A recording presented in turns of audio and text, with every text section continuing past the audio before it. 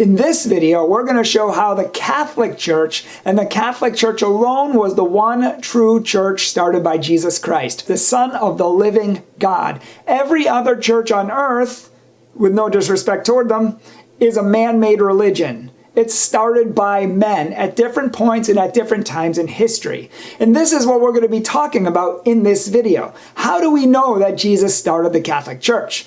We're going to open this up in two different ways. First, we're going to talk about the Bible, because a lot of people say that the Bible doesn't mention the word Catholic, and it doesn't mention the word Pope, and it doesn't mention the words Catholic Church or anything like that. I also say that the Bible doesn't mention the word Trinity, it doesn't mention the word Incarnation, it doesn't mention the word Bible and many other words either, but the teachings are there even if the words aren't. There's nowhere in the Bible where it says every single word must be found in the Bible for it to be true. That wouldn't make any sense, because Jesus didn't start a Bible church. He started a teaching and preaching church. And we see this in Matthew 16, starting in verse 13 to about verse 19. And Jesus leads his apostles up into Caesarea Philippi, up into Gentile country, and way up into Gentile country. Now, Jesus does everything for a reason. Why did he lead them, of all places on earth, to Caesarea Philippi?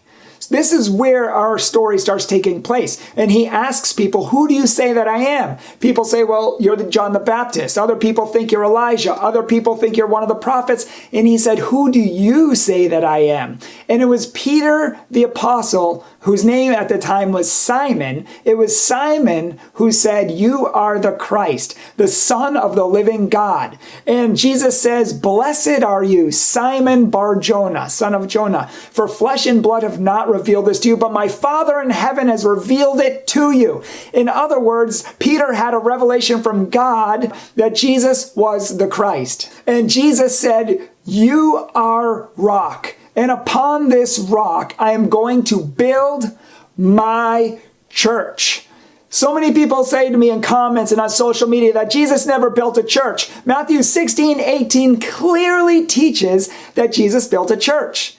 And he built the church, not many churches, not, different denominations. He built one church. And he did build a church. And so in Matthew 16:18, what do we see here? We see a few things. Number one, he says, you, Simon, are rock. He calls Peter the rock. And then he changes Simon's name to Peter at that moment. And the name Peter means rock. The name he gave him was Cephas, or rock. And name changes are very significant in Scripture. All throughout the Old Testament, when someone got their name changed, it was a symbol that they were getting an elevation in status and an elevation in mission. In other words, God was giving them a mission of some kind. For example, we see Abram's name changed to Abraham, and Jacob's name to Israel, and so many others. Name changes were very significant and happened at monumental points. And isn't it super significant that at this time, when Jesus is making his church on the rock, he decides, of all the 1,000,001 names out there, to change Simon's name to rock, Cephas's name to rock, Peter in English. Now, that's not an accident. It's also not an accident that Jesus took him to Caesarea Philippi, which is way up in Gentile country, because up there's a 200 by 500 foot rock. And everybody knew it. And all the pagan gods used to worship there. And Jesus is saying, they worship on a false rock, but I'm going to be building my church on the true rock. And we can see that in Matthew chapter 7 as well, where Jesus tells us to build on a solid foundation. So clearly, Jesus gives Peter the authority and makes him the head of the church. And even this is symbolized in Matthew 16:19, the very next verse, where he says, I give you the keys of the kingdom, and what you bind on earth will be bound in heaven, and what you loosed on earth will be loosed in heaven. Now, those are all priestly authoritative terms throughout the Old Testament, binding and loosening, and Peter received those. Now, all the apostles received those in Matthew 18:15 through 18, but only Peter received the keys of the kingdom. Only Peter received the fullness of authority. And we can see that in Genesis 35 to 50, where Joseph becomes the prime minister, the royal steward under Pharaoh, and he was responsible to nobody except Pharaoh. He had all authority under Pharaoh, and he ruled the kingdom in his place. Same thing, when the Jewish people wanted to base their kingdom off the pagan lands, they wanted that model. And that's exactly what we see in Isaiah 22:22, when we have the stories of the prime ministers who ruled Israel under David. The prime minister had all authority under David, and he only answered to David. And even in Isaiah 22:22, we see Eliakim, who's the prime minister, he receives the key of the house of David. And this gave him all authority over the house of David. Now, Peter doesn't receive the key of heaven. Now, Peter doesn't receive the keys of the kingdom of David. He receives the keys of the kingdom of heaven, which means he has all authority on earth under Jesus. And Jesus allows him to run his kingdom. Now, Jesus, of course, is the head. Jesus is the head of our church, the head of everything. But just like Pharaoh allowed Joseph to rule, and just as David allowed Eliakim to rule, the same system, the same model, so here, by giving him the keys, Jesus is allowing him to run the church on earth. Therefore, Peter, the rock, is the head and has the primacy over all the other apostles.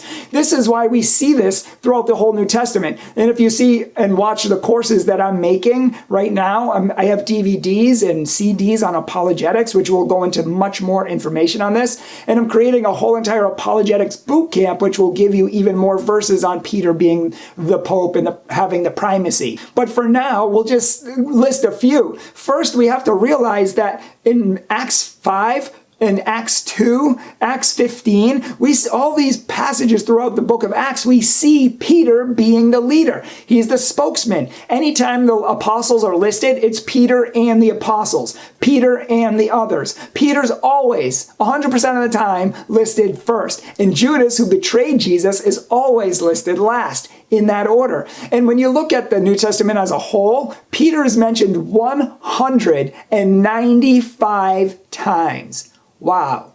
St. John, who's the next most mentioned apostle, is only mentioned 29 times. St. James is only mentioned 19, St. Philip 15, and then the others only have a few mentions, if any at all. I mean, it's monumentally lopsided in favor of Peter because he's clearly the leader of the church. And we see his authority throughout the New Testament. Some people say, yeah, Paul rebuked Peter, so therefore he's not the Pope. No, that just means that popes are perfect and can't make mistakes, which is also not true. In fact, popes do make mistakes. Peter made mistakes, and he was right to be called out by Paul. Regular popes have been called out by others, so it's not unheard of, and it doesn't make Peter not the Pope. In fact, in Acts 15:11, just one example, we see Paul and Barnabas arguing with the Jews over circumcision. And they would not listen to Paul. They would not listen to Barnabas, the elders, or anyone else. And so they went and talked about it, and they sent Peter down to them, who said, "We are saved by grace alone." And you know what the Bible says in the very next verse? Everybody fell silent because Peter had spoken. Therefore, Peter's authority is very well attested to throughout the New Testament. And there's many more verses where we see this, which I'll talk about at different times. But for now, we can see that Peter has the primacy. He has authority, and he is the leader of the Catholic Church. Now, the Catholic Church has evolved. I mean, it started with 12 men, in a sense, 12 leaders, in a sense, and now we have over 1 billion people in the church. So people are like, well, the church today doesn't look like it did. Of course it doesn't. I didn't look like I did when I was a baby. I didn't look the same as I do now. I'm different because I've grown. And the church over 2,000 years is grown. Of course it's not going to look the same. But even if you look at history, we can see through history that the Catholic Church is the one true church of Jesus Christ. And every other church broke away from Jesus Christ at some point in history, or just invented their own. Let's just be honest. Like in 1054, the Greek Orthodox broke away from the authority of the Pope and the Catholic Church. In 1517, it was Martin Luther, who by the time he died, there were 240 new religions that were started after he he broke and started his Reformation. And now there's thousands and thousands and thousands of denominations, all claiming to go by the Bible, all claiming to be Spirit-led, but all contradicting each other, all believing different things, all be founded by different men, and all leading to chaos and confusion. Meanwhile, where all these little saplings in the forest are growing up, there's been one huge California redwood, a huge towering tree in the sky that's been there for 2,000 years, and that is the Catholic Church. I mean, look at any religion you want. The Jehovah's Witnesses, started by Charles Taze Russell. Mormons, Joseph Smith. Ellen G. White, Seventh-day Adventists. John Smith, Baptists. I mean, you look at any religion in the world, they were started by different men at different points in history. But if you look at the history of the Catholic Church, it actually goes back 2,000 years. I mean, some people will say that the Catholic Church, or they'll try to say that the Catholic Church was started by Constantine. But Constantine didn't start the Catholic Church. He couldn't have started the Catholic Church because it already existed. There were already 30 popes long well in existence before Constantine was even a thought in his mother's belly. I mean, he hadn't even been thought of in his parents' mind yet, and there were already 30 popes in existence. And again, look at any encyclopedia you want, just about anyone. You can look under the words pope or papacy, and you will see a list of 265 popes, from Pope Francis all the way back down to Saint Peter, in order. They have the names, they have the dates, and it shows. We can show our lineage goes back to the time of Jesus. A lot of other religions, like some fundamentalist Baptist churches, the Church of Christ and others, they claim that they go back to Jesus, but they can't name a single person in their church in the first 500 years or even 1,000 years. They can't name any of their early leaders because they didn't exist. But we can name tons of our early leaders. We can name tons of Catholics who existed. Their writings are there. They all claim to be Catholic. They talked about Mary and the saints, the true presence of the Eucharist, the Mass, the sacrifice of the altar, and many other things, all before Constantine was even around. So if Constantine started the Catholic Church, how could these things exist before him if he was the one who supposedly invented them? Merging Christianity and paganism, I mean, that's just a myth. It's so easily disprovable for anyone who studied history. Let's just take one example. Cyprian of Carthage. He was writing in the 250s, so about 75 years before Constantine even legalized Christianity. He says this: while the bond of concord remains, and the indivisible sacrament of the Catholic Church continues, each bishop disposes and directs his own work, as one must give an account of his admiration to the Lord. He goes on to say that there speaks Peter, upon whom the church would be built, teaching in the name of the church.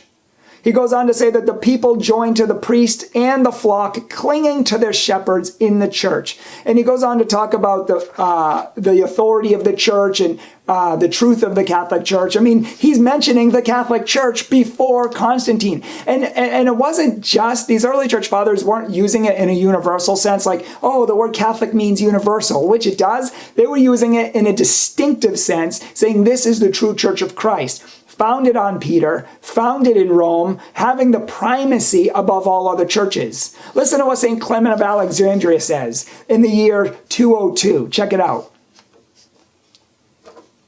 He says, from what has been said then, it seems clear to me that the true Catholic Church is really ancient and one. He goes on to say that we say, therefore, that in substance, in concept, in origin, and in eminence, the ancient and Catholic Church is alone, gathering into the unity of the one faith. Those who are already chosen and predestined by God, who knew this before the foundation of the world, that they would be just. Likewise, Irenaeus, who was a student and a disciple of St. John who followed Jesus. I mean, we're talking like 180 AD, like really early on. He says this: but since it would be too long to enumerate in such a volume all the successors of our church, we shall confound those who in whatever manner, whether through self-satisfaction or vainglory, we point out here the succession of the bishops of the greatest and most ancient church known to all, founded and organized in Rome. by the two most glorious apostles, Peter and Paul. That church which has the tradition and the faith which comes down to us after having been announced to men by the apostles. Now, if you read all the earliest fathers, they all claim to be part of the Church of Rome, where Peter is the rock, where Peter is the head, where he has the primacy. They mention the words Catholic Church everywhere and no other church because no other church existed. It was the Catholic Church and the Catholic Church alone that was started by Jesus Christ. And it existed a long time before Constantine.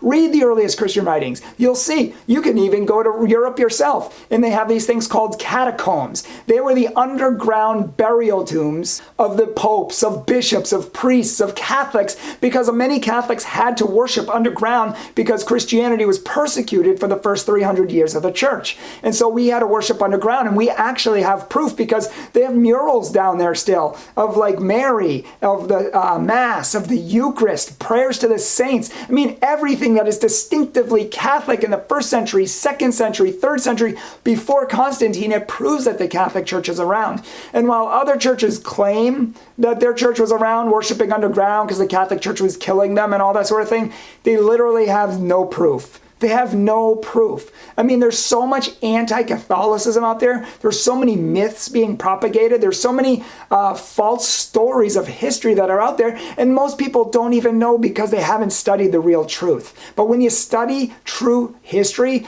it's very evident that the Catholic Church goes back to the time of Christ. And it is the Catholic Church who is the Church of Christ. The same church that put together the Bible. The same church that copied the Bible for over 1,000 years. The same church that translated the Bible into many different languages and had it printed in the printing press so people could have it. This is the same church that civilized the barbarians, the Vikings, the cannibals, the same church that did so much for the world and created Western civilization as we know it. Where were the other churches when Bibles were being collected and burned by the pagans and libraries were being destroyed and the monks would have to go run and hide and start copying the Bible all over again? Where were the other churches protecting the divinity of Christ and the Trinity and the truths of Jesus, fighting against paganism, fighting against heresies? They weren't around, and they wouldn't exist for most of them for over 1,500 years.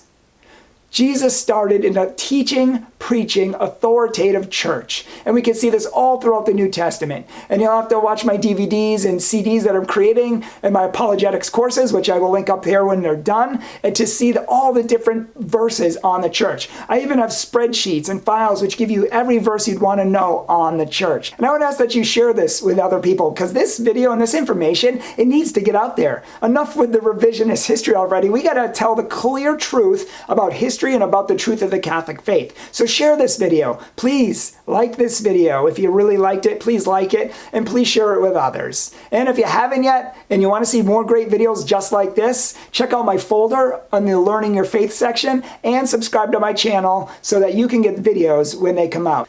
Thanks for watching. I'll be back with many more videos similar to this topic and even adding on to this topic. If you liked it, stay tuned, make sure to subscribe, and thanks for watching. And as always, God bless you.